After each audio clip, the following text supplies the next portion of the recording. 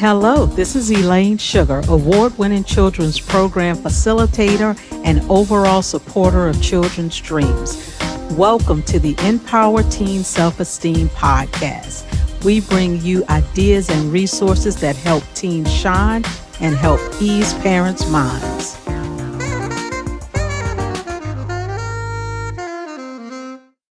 I would like to welcome everyone to this episode of Empower Teen Self Esteem. Today we are joined by Ronan Mac Domhnaill, and I had to practice saying that name. So, Ronan, I hope I got that right.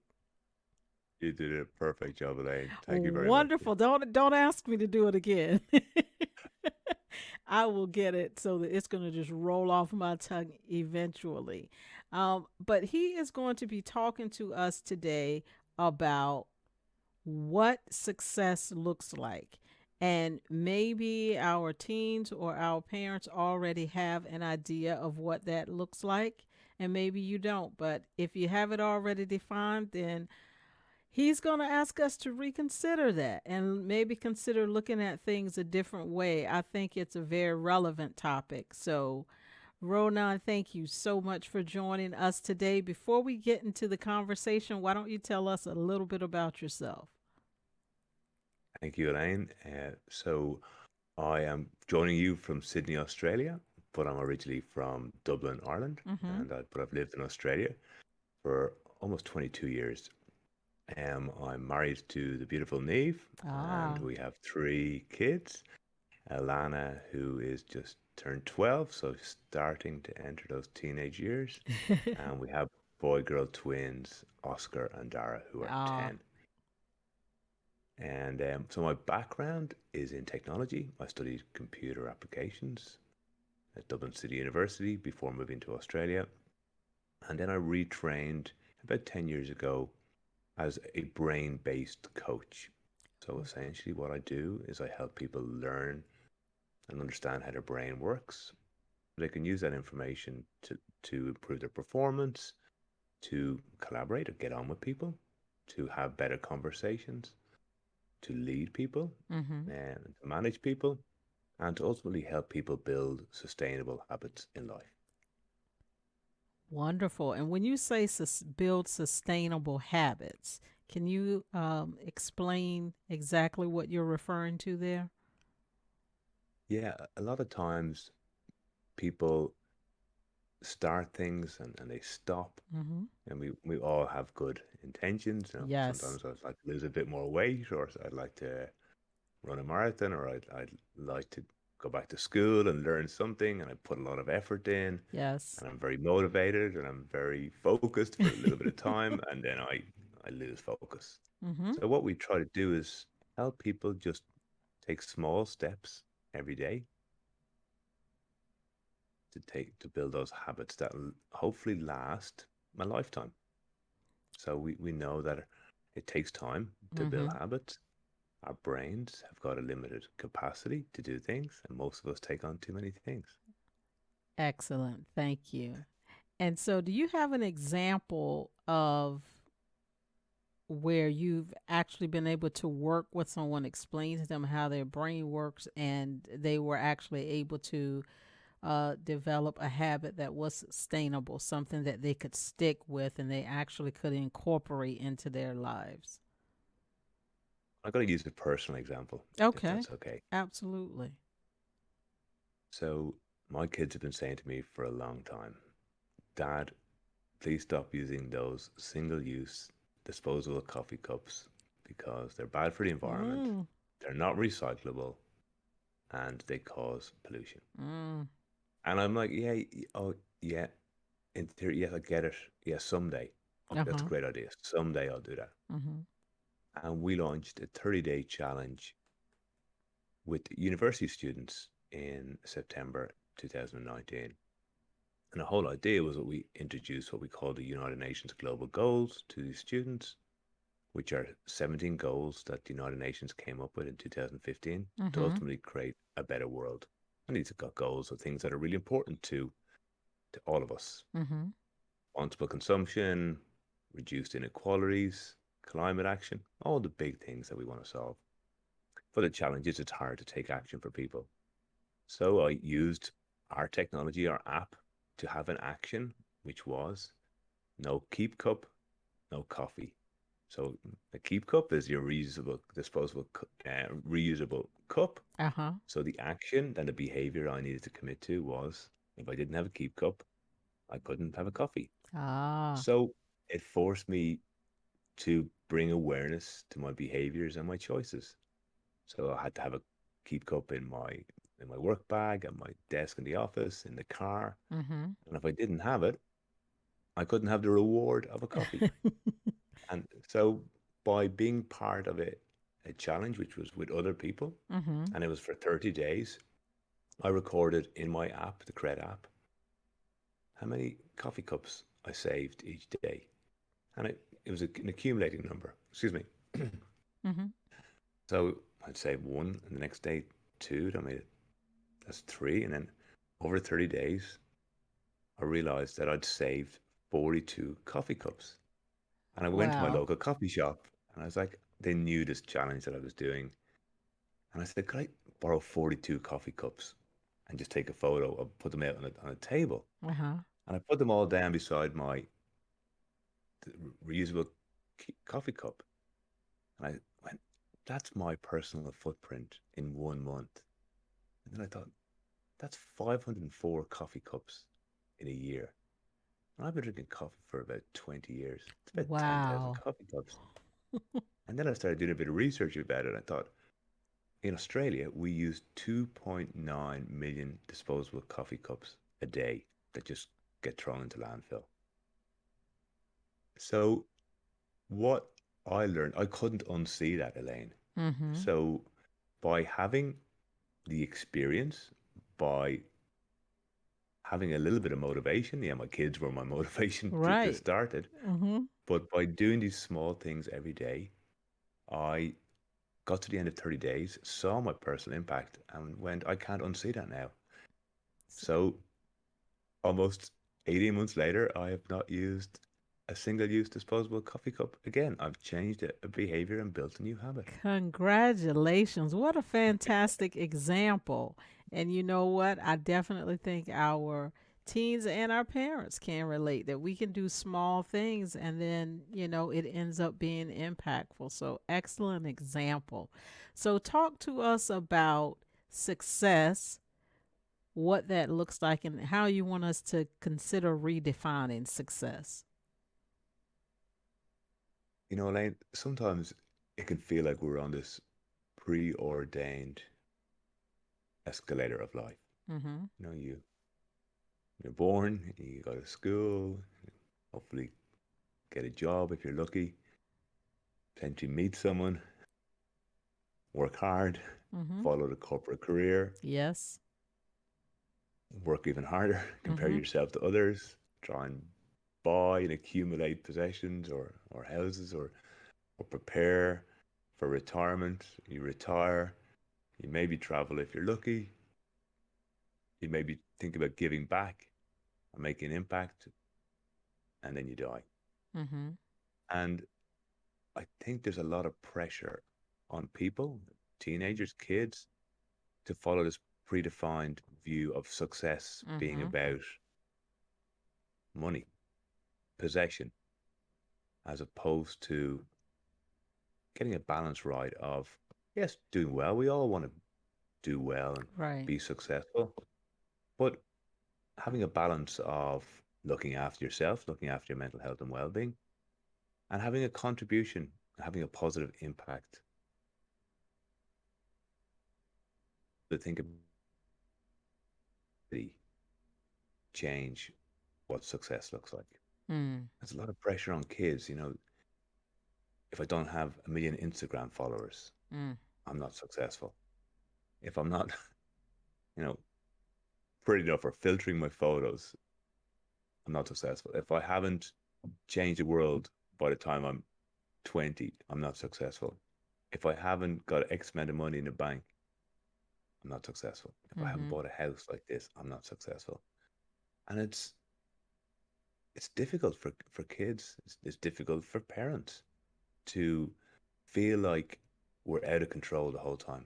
Sometimes it feels like we're running harder to go nowhere. We're Mm-hmm. all on these treadmills running in parallel, going, Elaine, do you feel like you're running a million miles an hour but going nowhere? I'm like, yeah. And we're looking at each other going, this is crazy. We should get off. And then we go, you go first. You start. So what if we could all get off these escalator or these treadmills Mm-hmm. and really, really think about what does it mean to have a positive impact on others, yourself, and a planet. Yeah, so I definitely think that that's valuable, a valuable line of thought. So I'm just wondering how our young people process this because they start out, in kindergarten and first grade, and people keep encouraging them to go and go and go until they get to high school. And a lot of times, the incentive or the rationale for that, for studying to get that grade and move to the next level, is the graduation, so you can start to prepare for life. So how do they balance that so that it doesn't sound like it could on the surface? Because I absolutely understand what you're saying, but I'm thinking of falling on teens ears, it could sound like it contradicts maybe some of the things that we're telling them to do. Well, then what's the reason to study hard to get good grades to, um, you know, to be able to accomplish certain things once you finish high school? How do you reconcile that with maybe what they're being told? Well, I'm not saying for a moment that we should be studying hard or working hard. Mm-hmm. The first thing I would suggest is that people find out what they really enjoy doing in life Mm-hmm. and figure out what they're good at. I coach a lot of people who perhaps come to me in the later years of their life, um, maybe the 40s, and they Mm-hmm. say, "I'm doing okay. I could do what I do for the rest of my life, but it's not me. Mm-hmm. You know, um, I'm not really enjoying what I'm doing." So I would say suggest kids spend some time working on what is it that really lights them up. What is a career they'd like to have? What are they really good at, as opposed to, I think I should follow this career of whatever it be for a person. So that's the first starting point. Mm-hmm. We're all unique. We've all got unique strengths, skills, needs. So that's the first thing I would say, is that find out what makes you tick and move towards that. I would also suggest that students be prepared to, what we say, play the long game. Mm-hmm. So take small steps every day in your career. You'll work hard, but not try not to compare yourself to other people as well, That's which excellent. which I think is really difficult because we're all looking around. Our brains automatically apply this number. We go, where do I fit in the social status in the pecking order in any Mm-hmm. social setting? It's a natural thing, Mm-hmm. but it's very hard to say, have a clear sense of who you are as an individual and be comfortable with that, and say, I'm doing these small things to get to ultimately where I want to go to, but I've got my own view of what success looks like in my own life. Yeah, and I think I it's also think. important. Yeah, Elaine, sorry, go ahead. Mm-mm, no, you go ahead. I was just going to say, I think it's really important as well to surround yourself with good people, positive role models, Nice. mentors, people who have got your back. Mm-hmm. And life is peaks and troughs, it's ups and downs. Life is hard. And I think we have this view that it's not hard. Maybe when I get to this point, life will be easy, or I have this amount of money, life will be easy, Yes. or when I have this possession, life will be good. I'll feel happy. My experience, it's not true. So having those people around you who can help pick you up when those days that are not great, Mm-hmm. people who can give you honest feedback, and keep you going, and people who you can help get some experience from as well. Y- And so, yeah, I'd say look after your mental health and well-being as well. So we have a saying in our company: put on your own oxygen mask first. There's a Mhm. reason they say that on aircraft, Mhm. why you need to look after yourself, look after your well-being so you can focus on your career. You can you can take those small steps every day. And I would finally say, do one thing every day for someone else or others, the community and the planet, because you literally feel better for it. Mhm. The neuroscience shows it. That chemical release in our brain lasts twice as long when we do for others as when we do for ourselves. So get the Powerful balance right. point. Powerful point.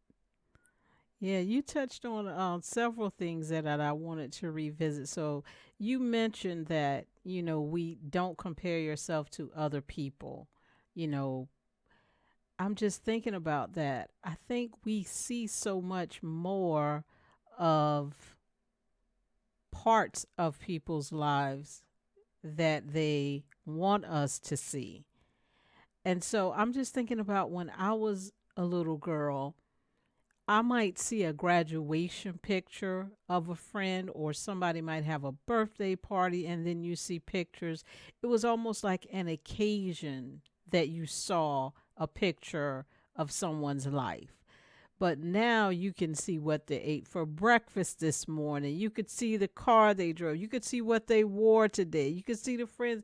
So I think you have, you say don't compare yourself to people. And I think we have to acknowledge that right now, the way the world is, that's so much more difficult to do, because now you're thrown all these different pictures of, so, and even celebrities. We used to see them featured in a magazine for the most part, or maybe they would do an interview on TV. So I think you would almost need to tune some of that stuff out sometimes, because you can be inundated, and people are, for the most part, putting their most attractive pictures, put in the highlights of their day, or they adjust their facial expression to get that picture, but they might not even be having fun, with their friends. So that was one thing I wanted to chime in on.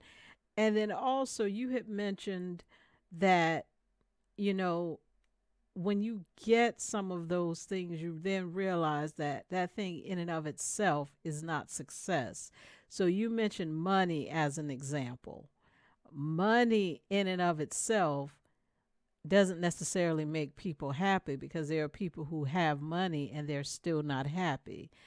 I think if you are a child in an area where money is difficult to come by, where you may live in a poor neighborhood, that might be hard to imagine that if you had money, you wouldn't be happy. So, can you just talk a little bit more about this idea? Because we might be able to impact some children, so as they go throughout life, they can consider this. It doesn't mean that money can't change a financial situation, but what you're saying is, when you get the money, that alone is not success or happiness necessarily. So, do you want to add to that? Yeah, and Elaine, not my intention as well to say that, Oh, no, no. I think money, it's a yeah, money is great not point. important. Yeah. And I'm not trying to. I know everyone's got very difficult situations and circumstances, and I know it's a means to an end. We need money to survive. Right. I'm not saying it's a dirty word at all, but Mm-hmm. just the pursuit of it by itself. If I may share just a personal experience, Elaine, and I guess where probably my own philosophy on this comes from. Sure. So in I guess I probably meandered through my own early years. I had no kind of sense of what I wanted to do. I was lucky enough to have a very loving and supportive family, Mm-hmm. three sisters, and a great friend network. I probably was lucky to get through college. I had the opportunity to go to college, but was lucky. And but then I guess when we moved to Australia, probably got a clearer sense of focus and worked a bit harder. And we were in a kind of time in the world where early 2000s, when the world was on an upper trend. I worked in technology. There was a lot of money around. Mm-hmm. Um, I had access to a lot of money. Got paid very well. I had the opportunity to do things in my life that I really wanted to do. Always had a dream to be a pilot, so I got my pilot's license. Mhm. I was involved in triathlon. I did a triathlon Ironman, so very privileged opportunities. We bought property in different places in the world. Mhm. We were myself and my then girlfriend, now wife, were very comfortable. We got married. We had a 7 month honeymoon traveling around South America and North America. Came back, started a company just as the global financial crisis hit, Hmm. and went from being very high and comfortable to losing everything Wow. financially. And I went from being a person, Elaine, that was very social, Mhm. very connected, to someone who couldn't get out of bed in the morning, and really kind of struggled probably from a mental health and well-being perspective. Never Mhm. clinically diagnosed, but looking back now, I was probably depressed, Mhm. and I couldn't reconcile this view of how did I go from high to low, but it made me reevaluate life. Mhm. And I was very fortunate to have someone who offered to give me some support, some assistance, and I went back to just look at you know what were my values, what did I stand for, Mhm. what were my strengths, what was the difference I wanted to create in the world. And when you have nothing Mhm. and you look back then and you realize what's really important in life and you have different perspective, I realized, what was important. It was I had people around me that were willing to help me, and I was probably judging myself. There was a lot of shame involved in what I Mhm. allowed happen.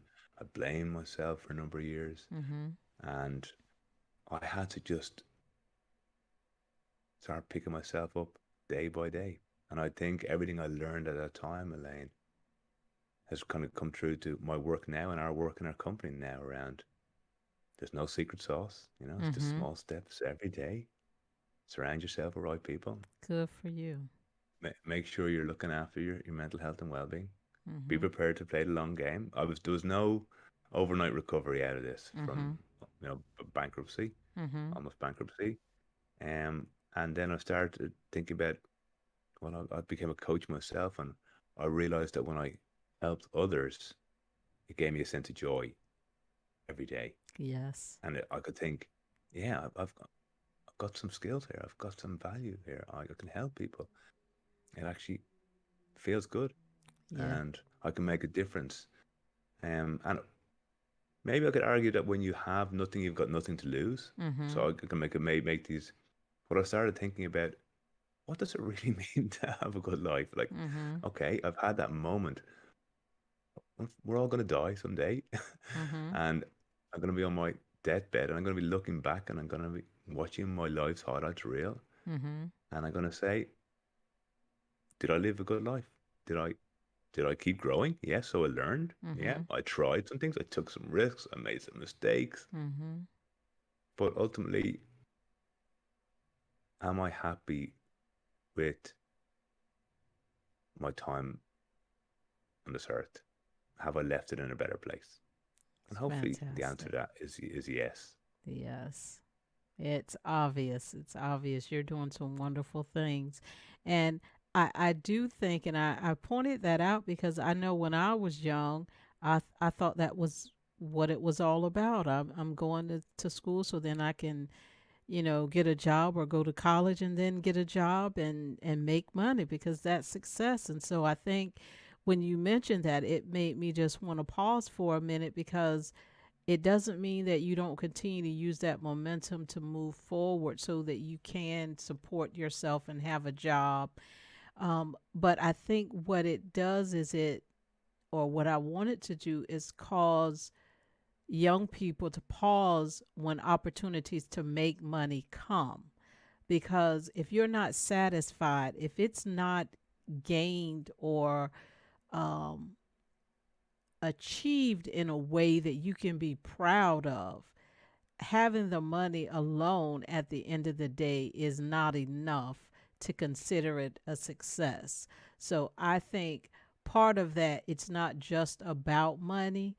It makes you think about, all right, there are all different types of opportunities to make money. There are all, some of them legal, some of them illegal, and some of them are illegal, but they might not be the best decision for your life when you get to the point where you have a family. How much is it going to take you away from your family? So it's not always about money, because you can have money and not be happy. And I think that's what I wanted when you started mentioning that. I'm like, wow, that's important, to talk to young people about. So I'm really glad you raised that point, and I think it's worth noting so that they can make decisions.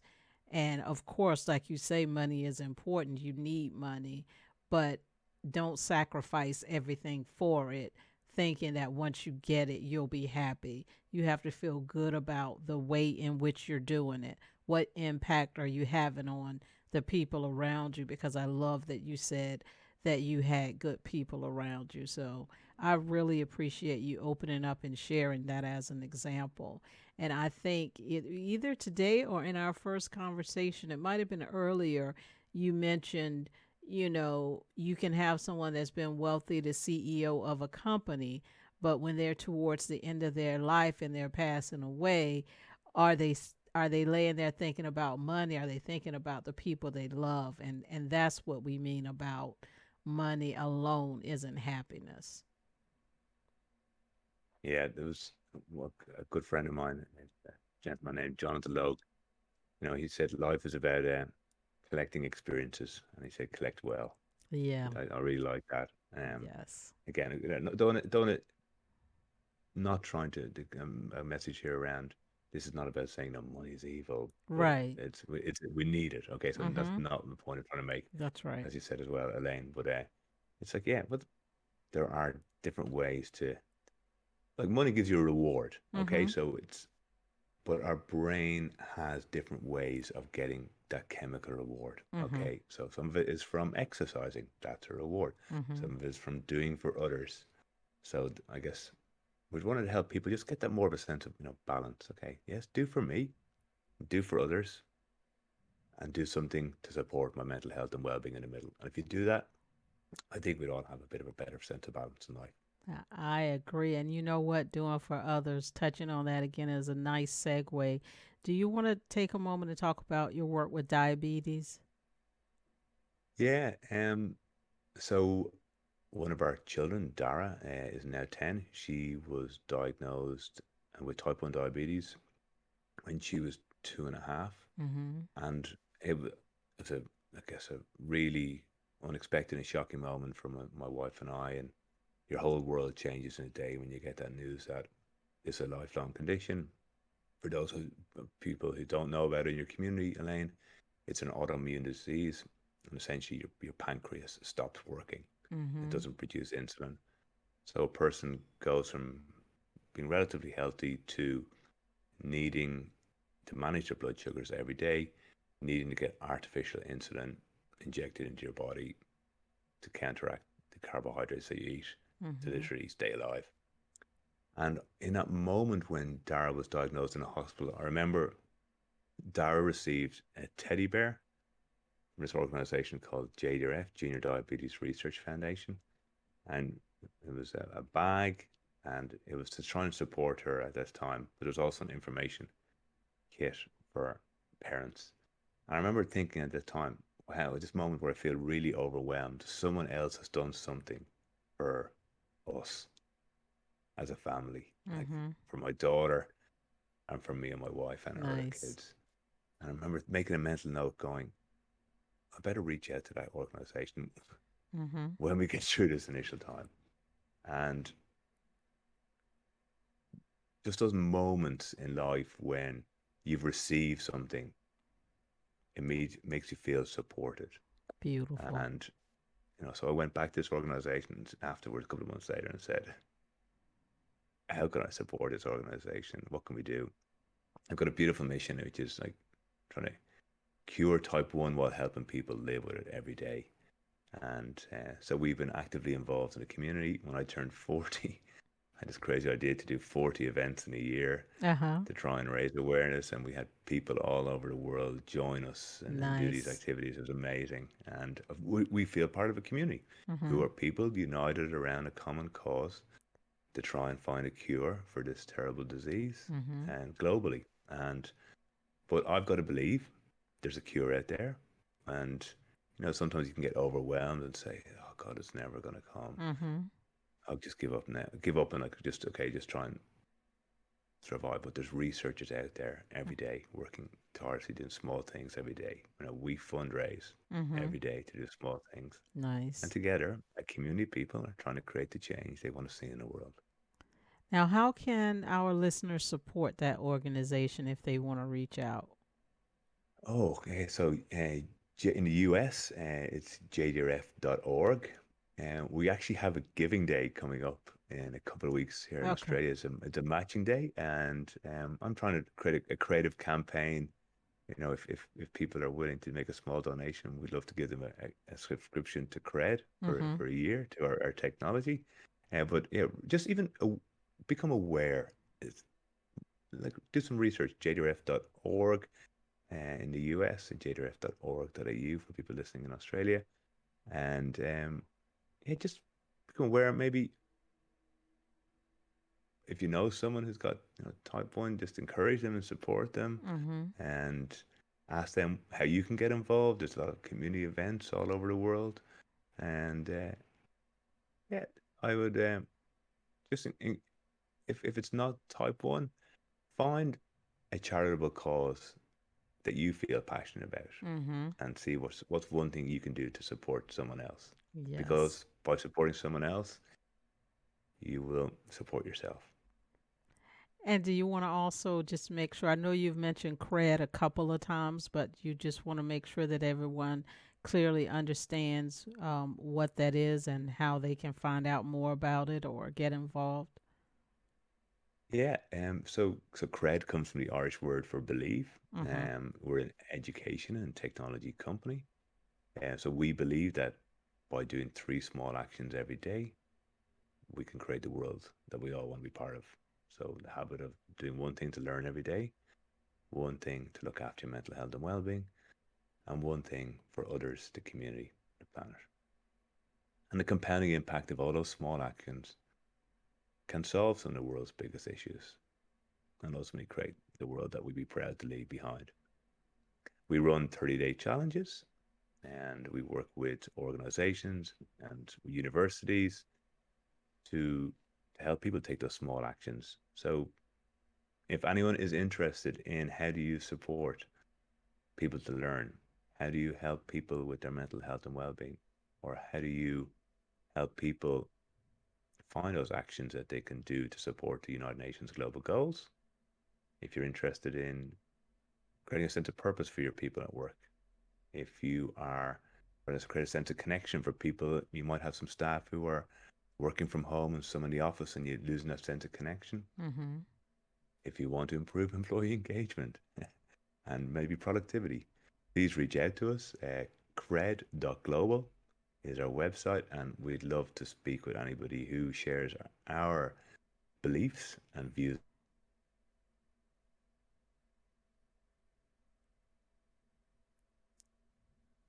Oh, can you hear me?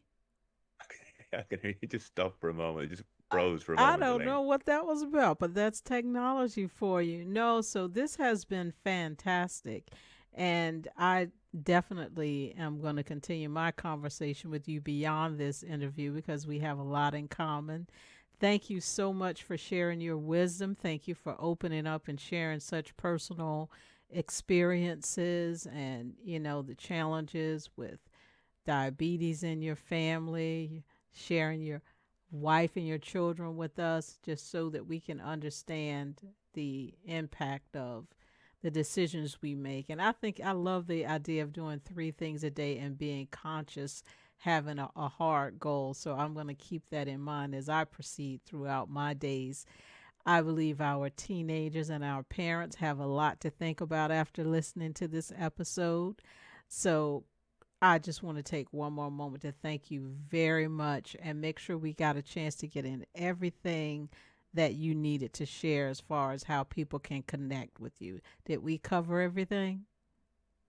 We absolutely did, Elaine. Thank you. I Okay. just want to finish by acknowledging you. I've had a chance to just learn a bit more about you and what you're doing to support your community, and I've been really inspired. I know you've used this time to think about how you can make a positive difference and impact in the world and support like teenagers and their parents. I know you've got some wonderful ideas, and I know I want to be part of supporting your success as well. Well, thank you very much for the compliment. The greatest thing I'm hearing is that you're going to be a part of what I'm working on. So that is exciting to me. I look forward to partnering with you on many, many things to come. It's been great meeting you. The person who connected us did a very good thing. I'm like, "Oh, I see why this person connected me. I get it now." So, to our parents and our teenagers, thank you so much for joining us for this episode. And please look out for the next episode of Empower Teen Self Esteem. Thank you. Thank you for joining us for this episode of Empower Teen Self Esteem. Please follow Kids More Sugar on social media. Please do subscribe to our YouTube channel to show that you support this content. And you can visit our website at kidsmoresugar.com to learn more about our free online kids program. Thank you.